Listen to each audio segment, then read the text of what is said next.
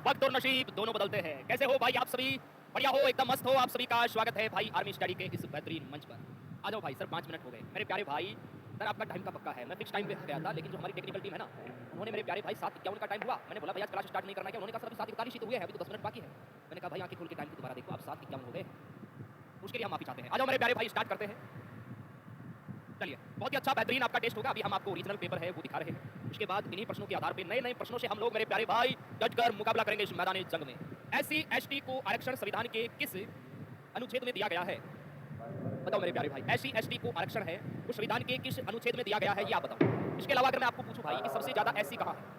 सर्वाधिक एससी भारत के कौन से राज्य में है? एससी अनुसूचित जाति के लोग मेरे प्यारे भाई, सर्वाधिक कहाँ है जी? यूपी में है, ध्यान रखना। और अगर हम एसटी की बात करें, अनुसूचित जनजाति मेरे प्यारे भाई, सर्वाधिक भारत में कहाँ है जी एसटी? आप कहोगे सर एमपी में। कौन से अनुच्छेद में ये लिखा गया है? सभी हमारे प्यारे जवान बताएंगे एससी एसटी को आरक्षण संविधान के किस अनुच्छेद में दिया गया है? सभी हमारे क्रांतिकारी जवान बताएंगे भाई। तो बिल्कुल यहाँ सही आंसर हो जाएगा ऑप्शन सी। हमारे जितने जवान बता रहे हैं ठीक बता रहे हैं, बहुत बढ़िया। अनुच्छेद 14 में मेरे प्यारे भाई विधि के समक्ष समानता का उल्लेख, विधि के समक्ष समानता का उल्लेख मेरे प्यारे भाई अनुच्छेद 14 में। 15 है, ये ध्यान रखना, भेदभाव से रिलेटेड है, भेदभाव से संबंधित है। किसी भी प्रकार का भेदभाव नहीं होना चाहिए, उसकी जाति लिंग संरचना इन पर किसी भी प्रकार का भेदभाव नहीं होना चाहिए। और आर्टिकल 20 है ना, ये अपराध से संबंधित है। ओके, ये आपको ध्यान रखना। चलिए आगे देखिए। नेक्स्ट है भाई बिरजू महाराज का संबंध है वो कौन सी नृत्य शैली से है? बताओ बिरजू महाराज का संबंध किस नृत्य शैली से है, ये आपको बताना है। बताओ भाई, सभी हमारे प्यारे प्यारे भाई आंसर बताएंगे। बिरजू महाराज का जो संबंध है आपका वो है मेरे प्यारे जवान कथक से। किससे है जी? कथक से। कथक मेरे जवानों ध्यान रखना है उत्तर भारत का शास्त्रीय नृत्य है। आपके एग्जाम में ये प्रश्न कई बार आया। उत्तर भारत का शास्त्रीय नृत्य कौन सा है मेरे जवान? कथक है। इसके अलावा देखो पिछले बार आर्मी के एग्जाम में प्रश्न आया था कि ऐसा कौन सा क्लासिकल डांस है जिसमें कलाकार मेरे प्यारे भाई पैरों में घुंघरू जोरदार कदम के साथ जोरदार घुमाव लगाता है। इसकी जो एक विशेषता है कि आपके एग्जाम के लिए काफी इंपॉर्टेंट है। इसमें जो कलाकार होता है ना मेरे प्यारे भाई, वो क्या करता है, अपने पैरों के अंदर घुंघरू बांधता है मेरे प्यारे भाई। घुंघरू बांध के उसके बाद मेरे प्यारे भाई जोरदार कदम, इसके अलावा मेरे प्यारे भाई जोरदार घुमाव, उसके साथ इस डांस को मेरे प्यारे भाई करता है। ये इसकी विशेषता है, बहुत इंपॉर्टेंट है ये क्लासिकल डांस, आपको ध्यान रखना है। भरतनाट्यम की मैं बात करूं तो ये मेरे राजा तमिलनाडु राज्य का है। ये है आपके भारत का सबसे प्राचीनतम शास्त्रीय नृत्य, सबसे पुराना अगर शास्त्रीय नृत्य आपसे पूछे सबसे प्राचीन वो है आपका भरतनाट्यम। याद रखिए। कुचिपुड़ी कहाँ का है भाई? कुचिपुड़ी है ये आपका आंध्र प्रदेश का है। इसकी भी एक बहुत अच्छी मेरे प्यारे भाई विशेषता है। ये जो कुचिपुड़ी है ना, इसकी विशेषता भी बहुत इंपॉर्टेंट है आपके एग्जाम के लिए। इसमें जो कलाकार होता है वो क्या करता है कि जो पीतल की थाली होती है ना मेरे प्यारे भाई, पीतल की थाली या तस्करी आप बोल सकते हैं, पीतल की थाली के किनारों पर पैर रखकर इस डांस को किया जाता है।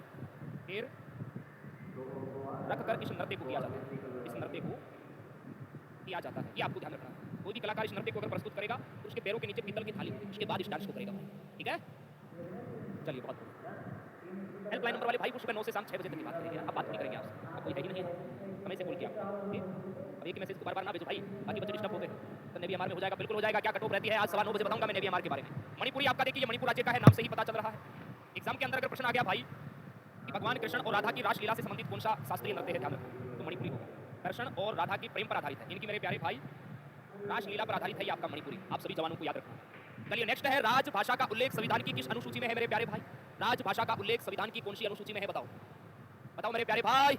सर आर्मी की साइड नहीं चल रही है, चल जाएगी भाई, सुबह सुबह ट्राई किया करो। जिसने फॉर्म नहीं भरा है वो जल्दी भर देना भाई। तो देखो राजभाषा का उल्लेख है वो संविधान की कौन सी अनुसूची में है भाई? 8वीं अनुसूची में। 8वीं अनुसूची में मेरे जवानों अगर हम बात करें कि राजभाषा का जो उल्लेख है ना वो है संविधान के भाग 17, और भाग 17 को किस प्रकार लिखते हैं? ये 10, ये 5 और ये 7 इस प्रकार लिखते हैं रोमन भाषा में। आर्टिकल की अगर मैं बात करूं सर कौन से अनुच्छेद में है? 343 से 351 तक है भाई, याद रखना। और इसमें 8वीं अनुसूची में कितनी भाषाएं हैं मेरे प्यारे प्रभु? तो याद रखना जी 22 भाषाओं का उल्लेख, 22 भाषाओं का उल्लेख है, ये ध्यान रखना। ये जो 12 अनुसूचियां हैं ना वर्तमान में, इनके बारे में ध्यान रखना भाई, कौन सी अनुसूची में किसका उल्लेख है, ये प्रश्न आते हैं, यहाँ से ध्यान रखना है। ओके चलिए नेक्स्ट है भाई, सेबी के वर्तमान अध्यक्ष बताओ। सर सेबी का पूरा नाम क्या है? सेबी का पूरा नाम है जी भारतीय प्रतिभूति और विनिमय बोर्ड। भारतीय प्रतिभूति और विनिमय बोर्ड, ये आपको ध्यान रखना है। भारतीय प्रतिभूति और विनिमय बोर्ड। वर्तमान में इसके अध्यक्ष कौन है मेरे प्यारे भाई? तुहिन कांत पांडे है। और एक चीज मैं आपको क्लियर कर दूं मेरे प्यारे भाई, जितने भी आप लोग जवान हो ना, ये जो मेरे प्यारे भाई करंट जीके जो आता है ना आपके एग्जाम के अंदर, इसके हर शिफ्ट में 2 से 3 क्वेश्चन है वो आएंगे, इस बात का आपको ध्यान रखना है। तो बच्चा आर्मी स्टडी से पढ़ता है, उनके ऐप में डेली क्लास होती है करंट जीके की, सुबह सुबह 7 बजे। आप में से कुछ ऐसे बच्चे हैं जो आर्मी स्टडी से शायद नहीं पढ़ते होंगे, कोई दिक्कत वाली बात नहीं, हमारे पास कुछ बच्चे हैं, लेकिन आप जहाँ से भी पढ़ते हैं आप अपने गुरुजनों को बोलो कि हमारे लिए आप टॉपिक वाइज करंट जीके अभी से स्टार्ट करें। 2-3 क्वेश्चन बहुत होते हैं करंट जीके के, और यही मेरिट तय करते हैं मेरे प्यारे भाई। अच्छे अच्छे प्रश्न आते हैं करंट जीके में। आप लोग ये मत सोचना हम लास्ट के 5 घंटे की करंट जीके चले जाएंगे उसी से हो जाएगा, नहीं भाई। इसके लिए आपको मेहनत करनी होगी, करंट जीके के खूब सारे टॉपिक है वो पढ़ना पड़ेगा, तभी बात बनेगी भाई। ओके, चाहे आप ऑफलाइन पढ़ रहे हो या ऑनलाइन पढ़ रहे हो। राजस्थान का लोक नृत्य कौन सा है मेरे प्यारे जवान? इनमें से बताओ राजस्थान का लोक नृत्य कौन सा है? सभी हमारे प्यारे प्यारे भाई बताएंगे। हाँ जी, राजस्थान का देखो, गरबा तो गुजरात का है बाबू। गरबा कहाँ का है? ये गुजरात का है। घूमर कहाँ का है? घूमर है राजस्थान का। इसका अर्थ होता है घूमना। पहले ये भील समुदाय द्वारा किया जाता था, याद रखना। बिहू कहाँ का है भाई? बिहू है ये आपका असम का प्रचलित लोक नृत्य है बिहू। और ये छऊ है ना, इसकी तो 3 शैलियां हैं, मैंने आपको लिखा रखी है। 3 शैलियां हैं, पूर्वी भारत के 3 राज्यों का ये प्रसिद्ध है। एक तो है आपकी पुरलिया छऊ, याद रखना। पुरलिया छऊ जो मेरे प्यारे भाई पश्चिम बंगाल का प्रसिद्ध है और ये आर्मी के एग्जाम में आया हुआ है 2023 में। मयूरभंज छऊ ये इंडियन नेवी के एग्जाम में आया था पिछले ही इनटेक में, पिछले पेपर में। मयूरभंज छऊ ये उड़ीसा का है। 3 नंबर है आपका मेरे प्यारे भाई सरायकेला छऊ, ये आपका झारखंड का है, याद रखना है। हर एक राज्य का फेस्टिवल आपको अच्छे से याद होना चाहिए। यहाँ से प्रश्न है वो एग्जाम के अंदर आता है मेरे प्यारे भाई। एशिया में वनस्पति जैव विविधता में भारत का स्थान बताओ भाई। एशिया में बताना है, विश्व में तो भारत का स्थान 10वां है वनस्पति और जैव विविधता में, लेकिन एशिया के अंदर हमारा 4था स्थान है। विश्व में आपको पूछे तो 10वां स्थान है। एशिया में मेरे प्यारे भाई 4था स्थान है और विश्व में पूछे भारत का स्थान तो ध्यान रखना विश्व में है 10 नंबर का, एशिया में है 4थे नंबर का। ये भी करंट जीके का ही प्रश्न है बाबू। चलो, राजा राममोहन राय द्वारा प्रकाशित पत्रिका कौन सी है? बहुत ही अच्छा प्रश्न है। देखो, राजा राममोहन राय जिसे मेरे प्यारे भाई हम भारतीय पुनर्जागरण का जनक कहते हैं, भारतीय पुनर्जागरण का जनक है वो हम इन्हें कहते हैं। भारतीय पुनर्जागरण का जनक है वो हम राजा राममोहन राय को कहते हैं। और इनकी जो पत्रिका है वो है संवाद कौमुदी मेरे प्यारे भाई, संवाद कौमुदी। ऑप्शन यहाँ पर डी है वो आपका बिल्कुल करेक्ट आंसर हो जाएगा। इसके अलावा राजा राममोहन राय ने देखो मेरे प्यारे भाई, अगर हम बात करें तो 1828 में इन्होंने ब्रह्म समाज की स्थापना की मेरे प्यारे भाई। 1815 में इन्होंने आत्मीय सभा की स्थापना की, ये आपको याद रखना। क्लियर है? यंग इंडिया, इंडियन ओपिनियन और हरिजन, ये पत्रिकाएं किसकी है? तो यह है भारत के राष्ट्रपिता, भारत के बाबू महात्मा गांधी जी। पुस्तकें भी आपको भाई याद रखना, यहाँ से भी क्वेश्चन एग्जाम के अंदर पूछा जाता है। सर ये मेरी शिफ्ट का पेपर है, मैं 2 नंबर से कट ऑफ में रह गया था। कोई दिक्कत नहीं है मेरे प्यारे भाई, तूफान में ताश का घर नहीं बनता, रोने से बिगड़ा मुकद्दर नहीं बनता, दुनिया जीतने का हौसला रखो, एक हार से कोई फकीर एक जीत से कोई सिकंदर नहीं बनता। इस बार वाली भर्ती में आपका सबसे पहले बहुत सारे ऐसे बच्चे होते हैं इनका पिछले में नहीं हुआ, इस बार ओके। हिम्मत नहीं हारना है मेरे प्यारे, लगातार मेहनत करते रहो।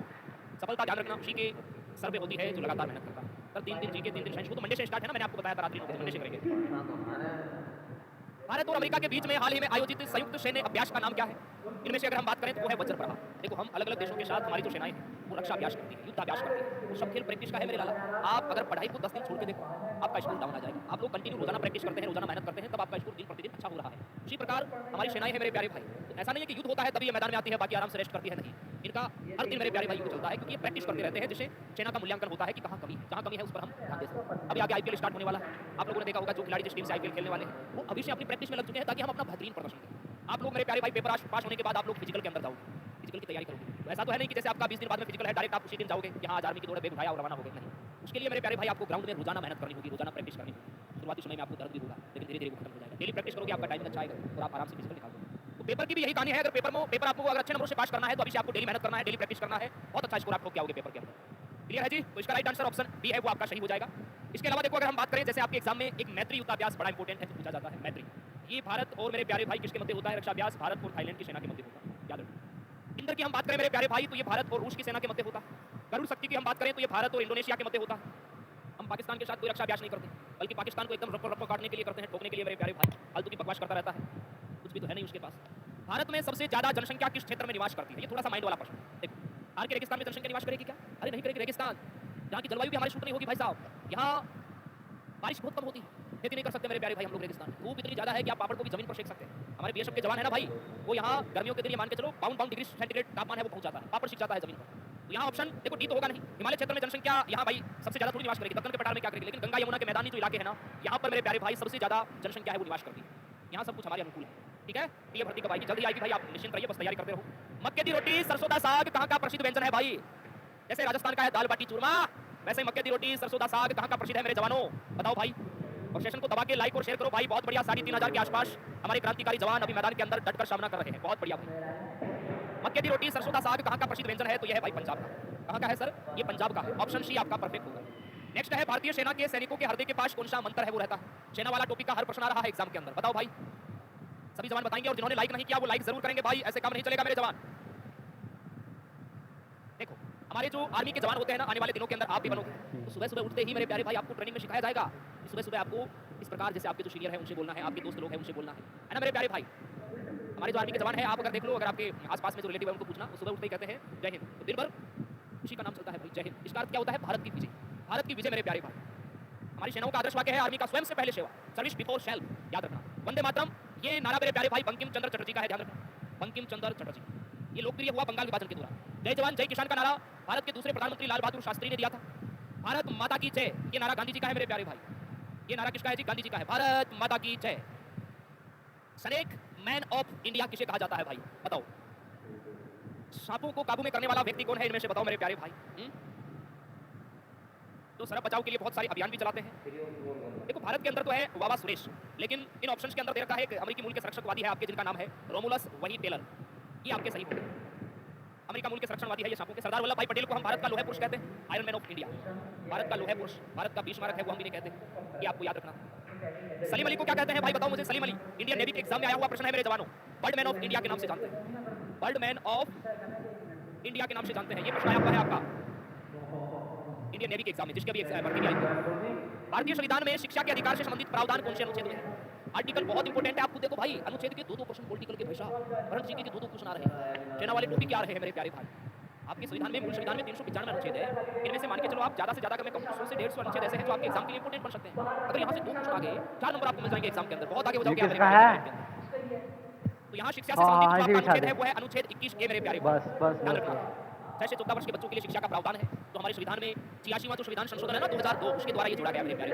अनुच्छेद 19 आपको पता ही है, इसमें वाक एवं अभिव्यक्ति की स्वतंत्रता है। 32 याद रखना, संवैधानिक उपचारों का अधिकार है आप सभी के लिए मेरे प्यारे भाई। जो मैं जीके की एक्स्ट्रा क्लास मंडे से जो स्टार्ट करने वाला हूं ना, रात्रि 9 बजे, उसमें मैं डेली की आपको टारगेट कि ये लो भाई, आज आपको 5 आर्टिकल याद करके, आपकी जिम्मेदारी होगी कि हाँ हम 5 याद करके आए, क्योंकि आप एक साथ मेरे प्यारे भाई सभी आर्टिकल याद नहीं कर सकते, लेकिन दिन के 4-5 आर्टिकल तो याद कर ही सकते हो। इतने बहादुर तो हो मेरे प्यारे भाई, कर लोगे ना? बिल्कुल कर लेंगे भाई।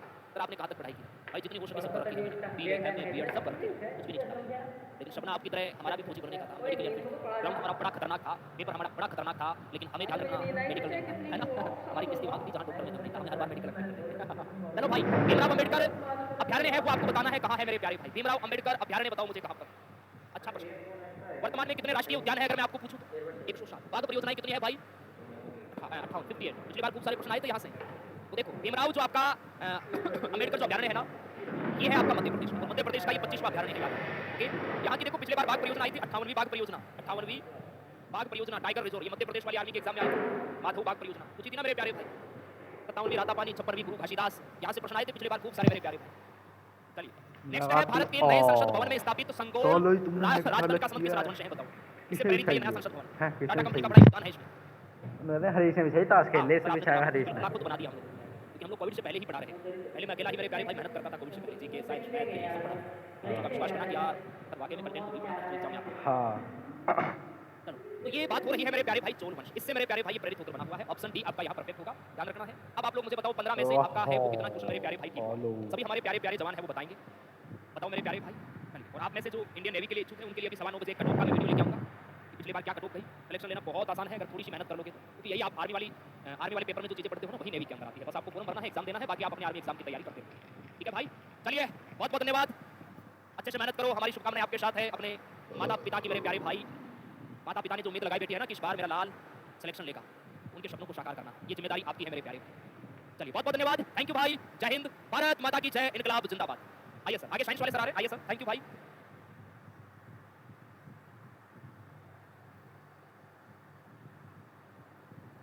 जय हिंद, नमस्कार सभी दोस्तों का एक बार फिर से स्वागत आर्मी स्टडी के दमदार YouTube प्लेटफॉर्म पर आप सभी का स्वागत। उम्मीद आशा है सभी अच्छे होंगे, मस्त होंगे और सभी अच्छी तैयारी में जबरदस्त तरीके से जुटे हुए। तो चलिए दोस्तों शुरुआत करते हैं आज हमारी अगली शिफ्ट के सवालों के साथ। हम दोस्तों ओरिजिनल सवालों पर बात कर रहे हैं और ओरिजिनल सवाल जो आप देख पा रहे हैं पीछे की हमने 10-11 शिफ्टें कर चुके हैं। तो अच्छे से मेहनत करो इस तरीके से। आप देखो 2025 के सवाल कैसे आ रहे हैं, इसके बाद हम 24 की ओर करवा देंगे आपको। चलिए दोस्तों पहला सवाल, और ये आज का जो सवाल है वो 2 जुलाई की चौथी शिफ्ट के सवाल है, फोर्थ शिफ्ट के अंदर पूछे गए सवाल है कि पवन चक्की किस प्रकार की ऊर्जा को विद्युत ऊर्जा में बदलती है। पवन चक्कियां आपने सब कुछ देखी है, पवन चक्कियां अच्छे से आपने देखा भी है। आपको ये बताना कि पवन चक्की किस प्रकार की ऊर्जा को विद्युत ऊर्जा में बदलने का काम है। ताप ऊर्जा को, प्रकाश ऊर्जा को, गतिज ऊर्जा को, रासायनिक ऊर्जा, मतलब किस ऊर्जा को विद्युत में बदलती है। तो भाई नाम ही पवन दे रखा है, पवन का मतलब वायु, लेकिन वायु चलती है तो आपने देखा होगा पंखा घूमता है इसका।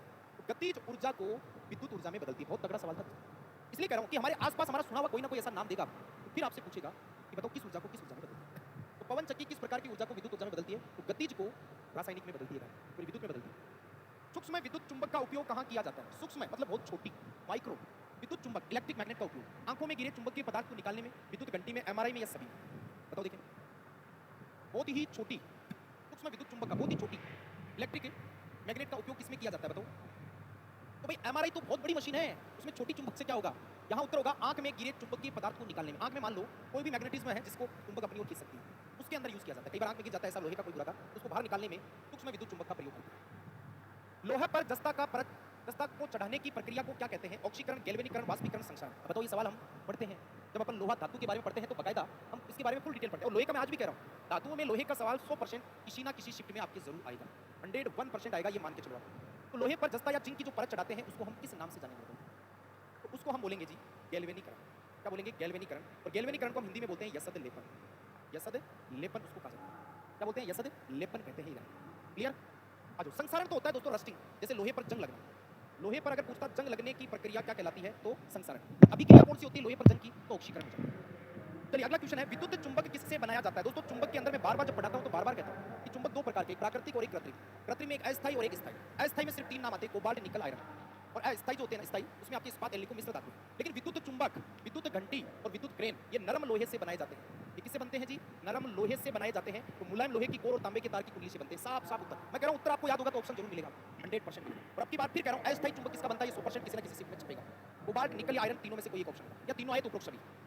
यूरिन का रंग पीला किस कारण से होता है? ये मैं कल ही बता रहा था कि 4-5 पिगमेंट है जो हमारी बॉडी के जितने भी हैं, शरीर से रिलेटेड 5-4 पिगमेंट याद कर लो। यूरिन का मतलब होता है दोस्तों मूत्र, और मूत्र का पीला रंग किससे होता है? पित्त से, कोलेस्ट्रॉल से, यूरोक्रोम से, लसिका से। ये बात मैं कल भी बता रहा था कि 4-5 पिगमेंट को आप अच्छे से कवर कर लो, बिल्कुल गलत नहीं होगा फिर। तो मूत्र का पीला रंग जो होता है वो यूरोक्रोम के कारण होता है। इसके कारण होता है यूरोक्रोम के कारण होता है। मूत्र का पीला रंग यूरोक्रोम के कारण होता है। चलिए आगे बढ़ते हैं। पुरुषों एवं महिलाओं में जनन की बीमारी किस विटामिन की कमी से होती है?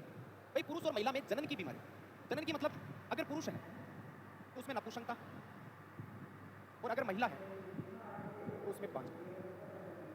ये दोस्तों ध्यान रखिए, किसकी कमी से होता है? तो विटामिन में दोस्तों अगर सवाल आ जाए तो ई से होता है, क्योंकि आप जानते हो ए का संबंध तो आंख से है, आंख से है, और इसका प्रतिरक्षा से है, रोगों से लड़ने से है। और बी का संबंध आप जानते हो यकृत से है, लीवर से है, हमारे ब्रेन से है, तंत्रिका से है।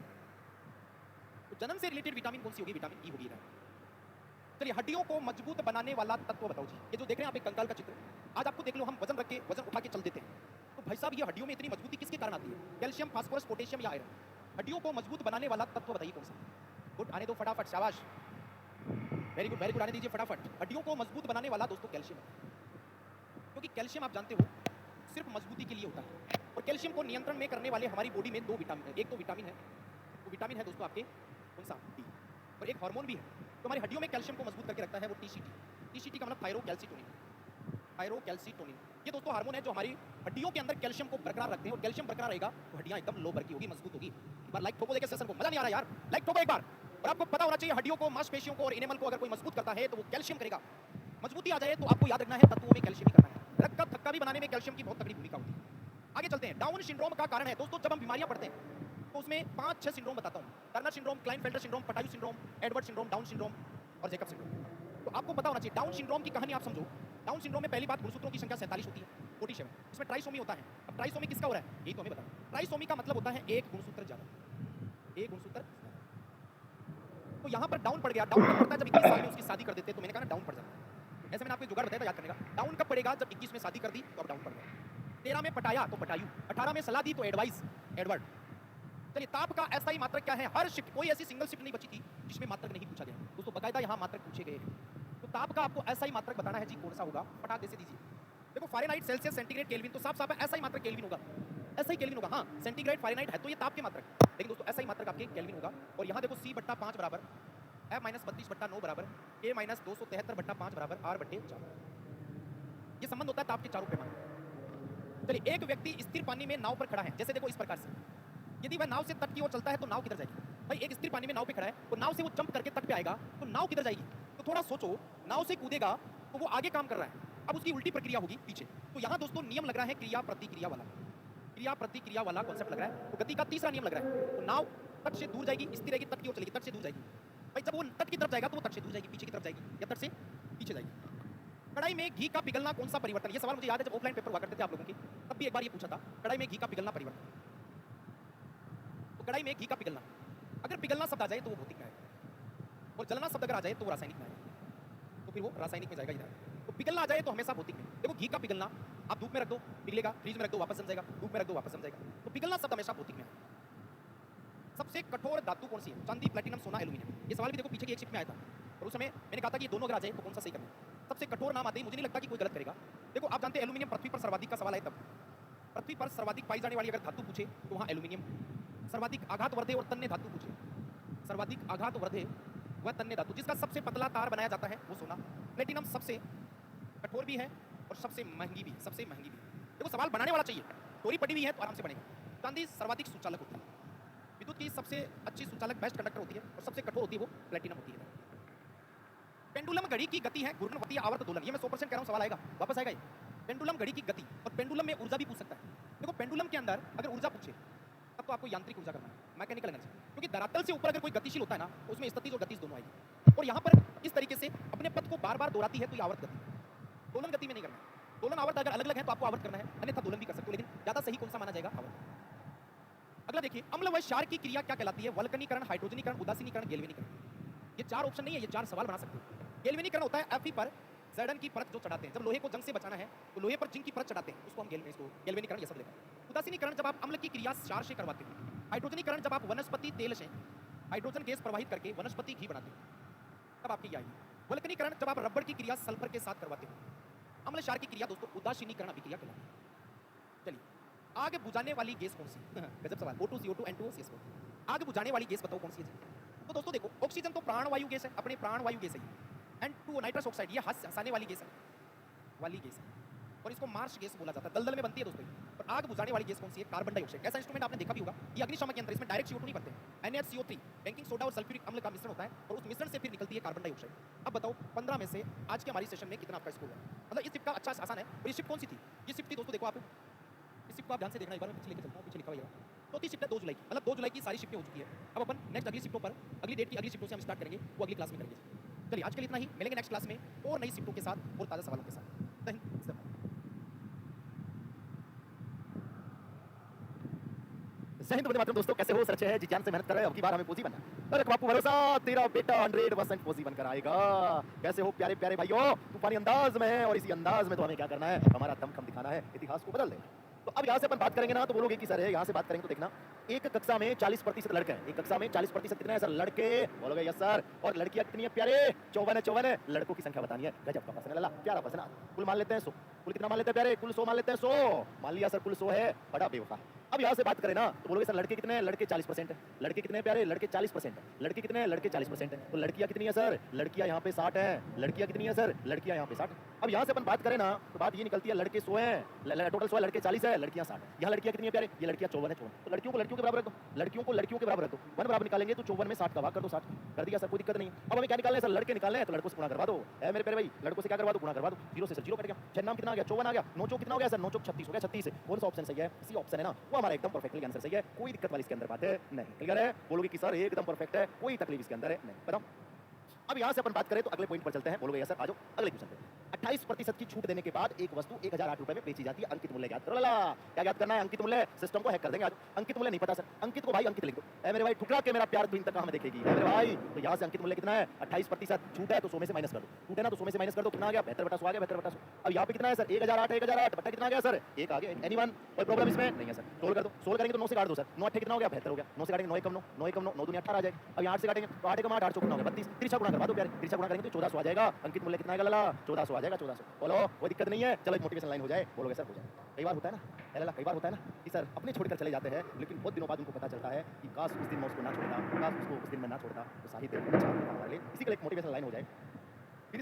फिर से वो मुझे जलाने आ गई माधव, वो फिर से मुझे जलाने आ गई माधव। समझाओ उसको कि राख में कभी आग नहीं लगती, राख में कभी आग नहीं लगती। तो आ जाओ सर, ये सरलीकरण का प्रश्न है। ये सरलीकरण का प्रश्न है तो देखो 44 को 2 से गुणा करेंगे कितना आ जाएगा सर? पहले भाग देंगे। पहले क्या करेंगे?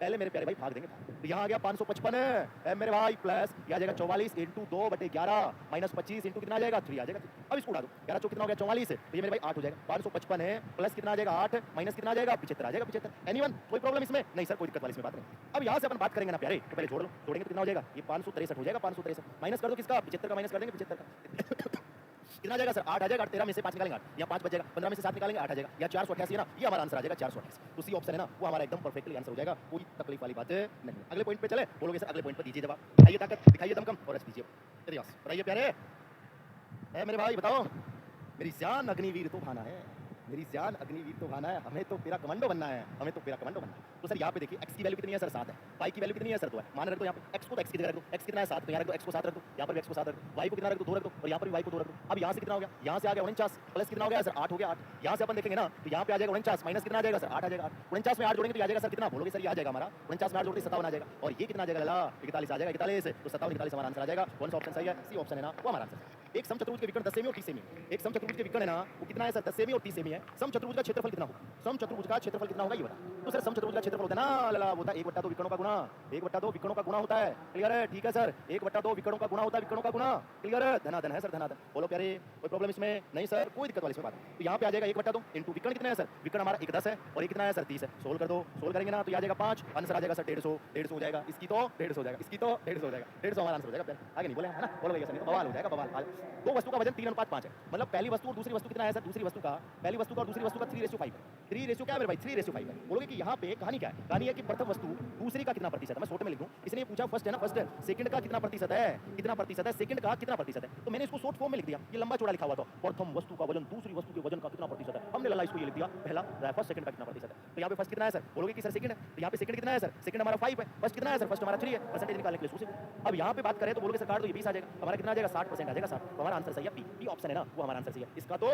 बी हो जाएगा मेरे भाई बी आ जाओ क्रय मूल्य और विक्रय मूल्य का 5:4 बोलो यस हानि प्रतिशत बताओ लाला हानि प्रतिशत तो लिखो यहाँ पे क्रय और प्यारे यहाँ पर है विक्रय विक्रय तो देखो लिखो क्रय कितना है प्यारे 5 ये कितना है सर 4 है 4 अब यहाँ पे नुकसान हो गया 5 में खरीदा 4 में बेचा नुकसान हो गया 1 का इसमें नुकसान हुआ 5 में परसेंटेज निकालने के लिए 100 से गुणा करवा दो तो कहानी कितनी आ गई सर ये हमारा आ जाएगा 20 तो मेरे भाई 20% है ना ये हमारा आ जाएगा इसका तो क्या हो जाएगा इसका तो ए हो जाएगा मेरे भाई इसका तो ए हो जाएगा राहुल ने एक रेडियो 15% की छूट पर 510 रुपए में खरीदा ठीक है अंकित मूल्य बताओ ये अंकित मूल्य है ना अंकित भाई बड़ा खतरनाक आदमी है ना अंकित भाई ना बड़ा खतरनाक आदमी अंकित को यहाँ लिख देते हैं ये अंकित है ना मेरे प्यारे भाई अंकित इंटू 15% छूट इसका मतलब होता है 100 में से माइनस करना ये हो जाएगा हमारा 85/100 हो जाएगा कितना हो जाएगा सर 85/100 हो जाएगा और इक्वल्स में कितना हो जाएगा लाला इक्वल्स में हो जाएगा 510 हो जाएगा क्लियर है ठीक है सर अब यहाँ पे सोल्व करो 17/5 85 17/3 51 आ जाएगा कैंसिल करेंगे 5 के कितना हो जाएगा 30 आ जाएगा तिरछा गुणा करवा दो अंकित मूल्य कितना आ जाएगा अंकित मूल्य आ जाएगा यहाँ से कितना 600 तो यही तो कहानी है प्यारे इसका तो क्या हो जाएगा सी हो जाएगा सी है मेरे भाई इसका तो क्या हो जाएगा सी हो जाएगा सी आगे चलते हैं प्रफुल्ल ने 750 रुपए की राशि उधारी 8% साधारण ब्याज की दर से 2 वर्ष के अंत में कितना साधारण ब्याज अदा करेगा तो बताओ इसका क्या होगा जरा बताइए इसका क्या होगा तो देखिए फॉर्मूला लगा देते हैं पीआरटी/100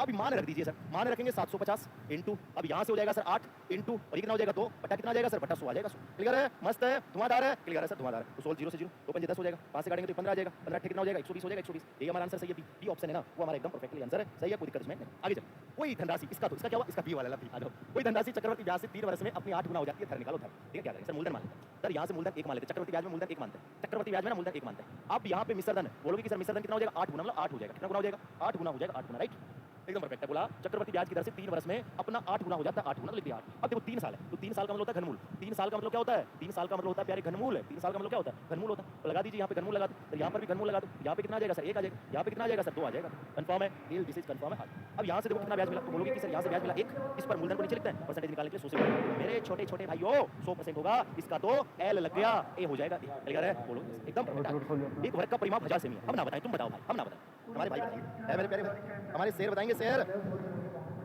दिखाओ तक दिखाओ तुम परिमाप क्या होता है 4 इंटू परिमाप क्या होता है मेरे भाई परिमाप होता है ना वो होता है 4 इंटू ये कहानी है बिल्कुल सर यही कहानी है परिमाप होता है ना 4 इंटू भुजा होता है लिख दो सर यहाँ से परिमाप अब यहाँ से अपन परिमाप लिखेंगे ना तो बड़े प्यार से समझना है क्या 4 इंटू भुजा परिमाप 1000 है प्यारे परिमाप कितना है सर परिमाप 1000 है 1000 तो गुणा में भाग दे दो तो भुजा कितनी आ जाएगी सर भुजा हमारी आ जाएगी कितना 1000/4 तो मेरे भाई कितना आ जाएगा 250 आ जाएगा 250 बस यही हमारा आंसर सही है इसका तो सही हो जाएगा सी हो जाएगा सी निम्न में से परिमेय संख्या के रूप में व्यक्त किया जा सकता है ऑप्शन को देखकर बताना है कि निम्न में से रेशनल नंबर कौन सा है हमें ये बताना दिस इज रेशनल नंबर तो जरा बताइए रेशनल नंबर कितना है सर यहाँ पे पाई तो एप्री में लगा पाई क्या है एप्री में एल लिख रहा हूं एप्री में ये भी एप्री में है √5 भी एप्री में है अरे मेरे भाई का √25 को हम सोल्व कर सकते हैं कितना आएगा 5 तो जिसका रूट सोल्व कर सके वो परी में होता है जिसका रूट सोल्व कर सके वो क्या होता है परी में होता है परी में क्लियर है अब फिर से एक सरलीकरण का प्रश्न है यार मोहब्बत के साथ है अपन क्या करेंगे बोलोगे कि सर इतिहास मेरे भाई इतिहास को बदल देंगे दिखाओ तक मेरे भाई बताओ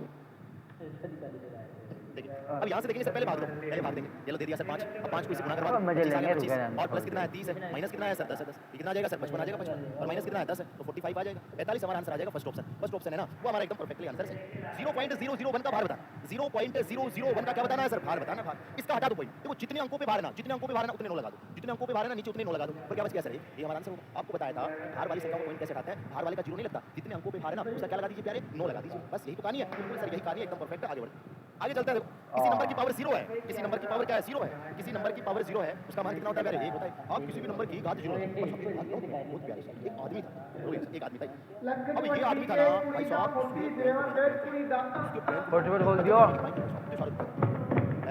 सारे रुपए थे कि सर हम हॉटस्पॉट खोल दियो, हॉटस्पॉट खोल दियो। तो बैंक मैनेजर ने क्या किया, बैंक मैनेजर खतरनाक आदमी था वैसा, है ना, क्या हुआ कहानी ये है कि मेरे भाई इसके ऊपर हाथ में 0 लगा दिया, हाथ में क्या लगा दिया 0, भाई साहब ये आदमी रोड पे आ गया, इसके खाते में कितने रुपए हो गए, अब इसके खाते में 1 रुपया हो गया, 1 रुपया, तो ध्यान रखना ये आदमी रोड पे आ गया, लगा ये आदमी रोड पे आ गया, इसलिए तो कहते हैं ना कि पैसे का कभी अभिमान नहीं करना चाहिए, पैसा आज है कल गायब हो सकता है ना, पता नहीं चलता है, आज इंसान करोड़पति है, आने वाले टाइम में पता नहीं हो सकता है जेब में 1 रुपया भी ना हो, इसलिए कभी भी पैसे का अभिमान नहीं करना चाहिए, उसका हमेशा सम्मान करना है, ये बात है ना, ध्यान रखना किसी भी नंबर की पावर 0 ना उसका मान 1 होता है।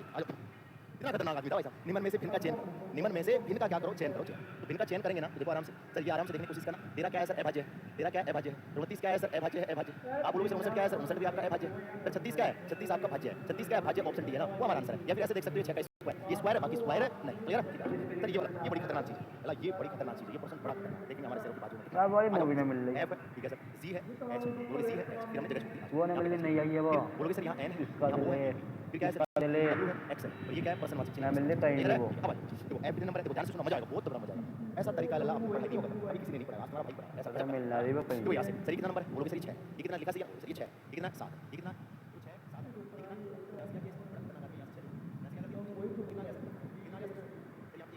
कितना 22 हो गया भाई, यहाँ पे कितना गया सर 6 जोड़ दिया 6, और ये कितना गया सर 23 आ गया, और यहाँ 24 आ गया, 24 में अपन 6 जोड़ देंगे, 24 में क्या करेंगे सर 24 में 6 जोड़ देंगे, फिर लगातार लिख देंगे, 24 में 6 जोड़ 30 आ जाएगा 30, और 30 नंबर पे कौन आता है, देखो 26 तक तो जेड हो गया, 26 तक तो जेड हो गया, 27 पे 1 आ जाएगा, 23 भी आ जाएगा, और 30 पे सी आ जाएगा, और 30 पे डी आ जाएगा, और 26 है 30 पे कौन आ जाएगा वापस डी आ जाएगा, अब वापस लिखो डी ई और एफ, बोलो गजब का था ना पैटर्न, गजब का पैटर्न था ना, बोलो बोलो गला गजब का पैटर्न था या नहीं था सर, बड़ा गजब का पैटर्न, मजा आ गया, कुछ नहीं किया, लगातार लिख के बीच में 6 जोड़ा 6 जोड़ा 6 जोड़ा और लगातार बोलो मजा आया, बोलोगे सर मजा आ गया है मेरे भाई, अब इतनी आती है मुझे रीजनिंग, पहले रीजनिंग है ना मुझे आती है, ठीक है आ जाओ।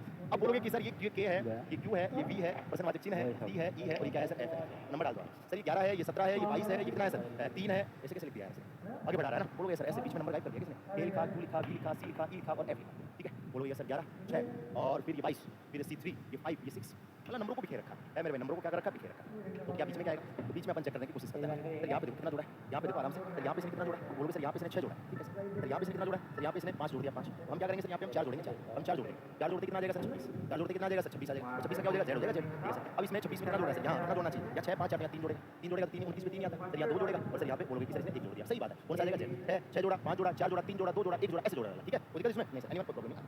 मेंढक क्या होता है, साइंस पढ़ते हैं मेंढक है ना, ये बेहतर होता है, मेंढक इतना खतरनाक आदमी है, मतलब धरती पर भी रहता है पानी पर भी रहता है, मेंढक इतना खतरनाक आदमी है, खतरनाक जानवर है, मेंढक इतना खतरनाक जानवर है भाई साहब, तो क्या होता है पानी में भी रहता है, बाहर भी रहता है, बताओ नाग क्या है, नाग सरीसृप, नाग क्या होता है सरीसृप होता है, कीट नहीं प्रोटोजोआ नहीं परजीवी नहीं, क्या होता है सरीसृप, ये आपका एसडब्ल्यू है, ये रैंकिंग टेस्ट का बड़ा छोटा बताना, ये रैंकिंग टेस्ट का क्या बताना, बड़ा छोटा बताना, तब तक है ना आप हमें जाने की अनुमति, तो आनंद आया होगा, मजा आया होगा, एक बार दिल